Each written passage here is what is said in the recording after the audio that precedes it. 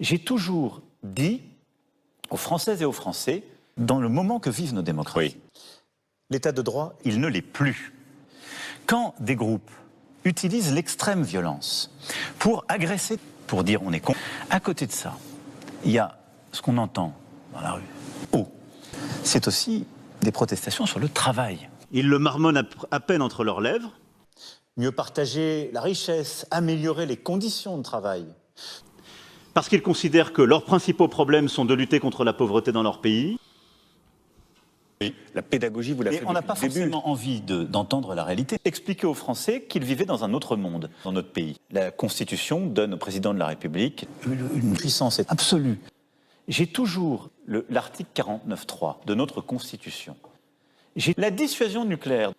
J'ai la vérité de redevenir, au fond, l'une des seules puissances coloniales du XXIe siècle.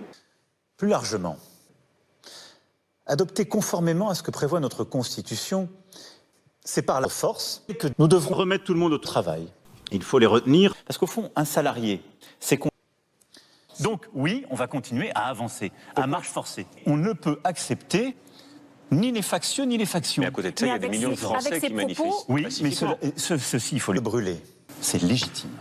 Parce qu'ils ne sont pas contents de quelque chose, alors là, il faut les condamner. Je vous le dis très nettement. Maintenant, il faut qu'on exécute, je l'ai dit, ni les factieux ni les factions dans la République. Et on passe trop par la loi dans notre République. Il nous faut moins de lois, moins de bureaucratie. Et il n'y a pas de liberté en France.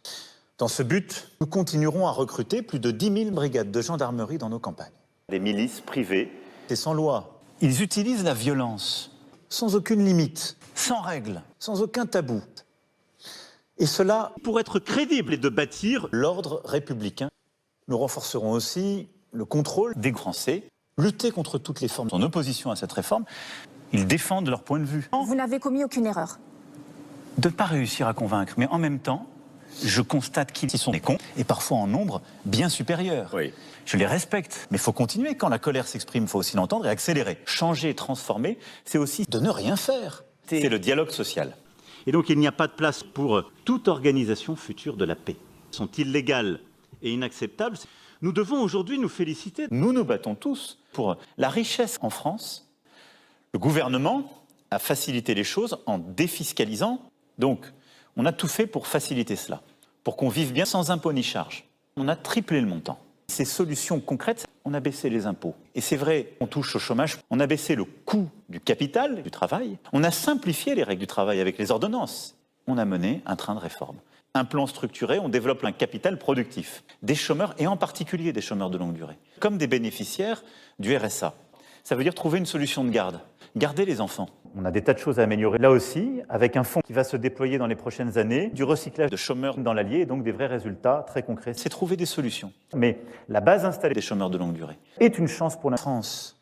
Ce sont aussi, pour prendre la tête, tous nos projets de décarbonation des transports et des industries, une mine de chômeurs de longue durée dans le Nord, et une capacité à exporter des chômeurs à horizon 2030. Et maintenant, le combat, ça va être sur l'amont, pour sécuriser les chômeurs de longue durée sur notre sol.